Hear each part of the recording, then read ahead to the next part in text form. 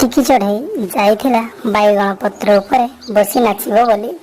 नाचु नाचु बाइगण कंटा ता देहरे फड़ी होईगला। सेठी बाहरिला एक मस्त बड़ फटका।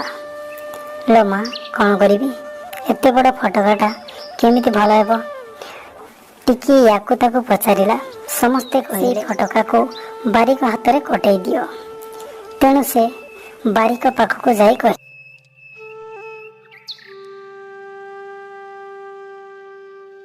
बारिक भाई मो फटकाटा को काटी दियो ना। बारिक ता कथा सुनी मुह बुलेई दे नाक टिके कहिला, इस मो राजा को छोड़ करुछि। तुम फटका काटिया को मो पाखरे समय नहीं। टिकी कहिला, अच्छा देखिबा फटका काटिबा को आसीबो कि नहीं। एहा कहि से राजांको पाखको जाई सम्मुखीन होला। राजा हजूर आपणक बारिक मो फटका को काटी देउ नहीं काहेकि ताको दंड दियंतु। ता कथा सुनी राजा महाशय ठो ठो हसी बिछना उपरे गड़िया को लागिला। किंतु बारिक को किछि कहिले नहीं। सेथिरे टिकी भारी रागी गला। से मूसा पाखको जाई कहिला, मूसा भाई घरे अछ। मूसा कहिला, किए तमे?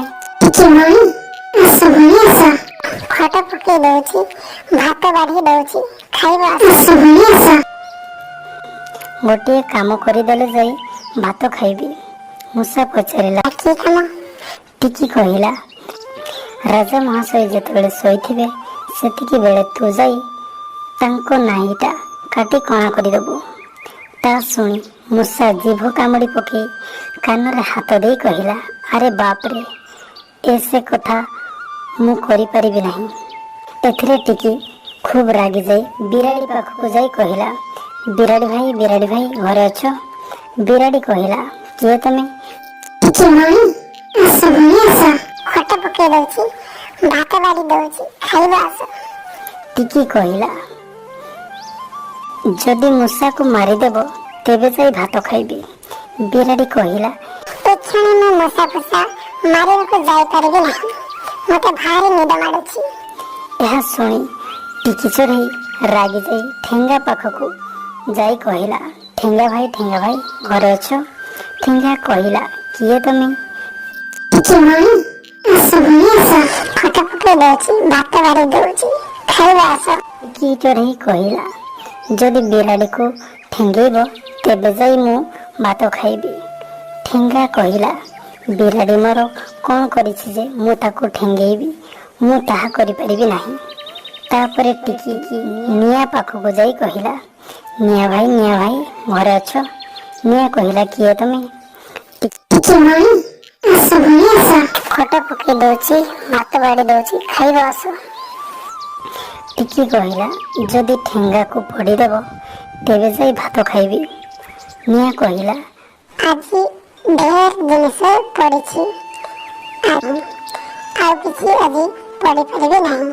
ताहा सुनी टिकी चढ़ई खूब रागी ताको खूब गाली दे समुद्र पाखको जाई कहिला, समुद्र भाई घरे अछ? समुद्र कहिला, किए तमे? टिकी चढ़ई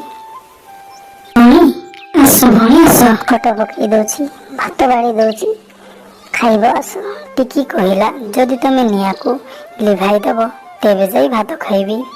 समुद्र कहिला, मु ताहा करि परिबे नहीं। तापरे टिकी हाथी पाखको जाई कहिला, हाथी भाई घरे अछ?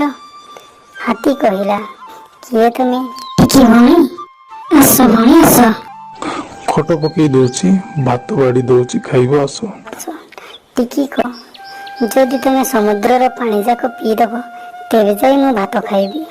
हाथी कहिला, एते पानी मु पी परिबि नहीं, मो पेट फाटी जीवो।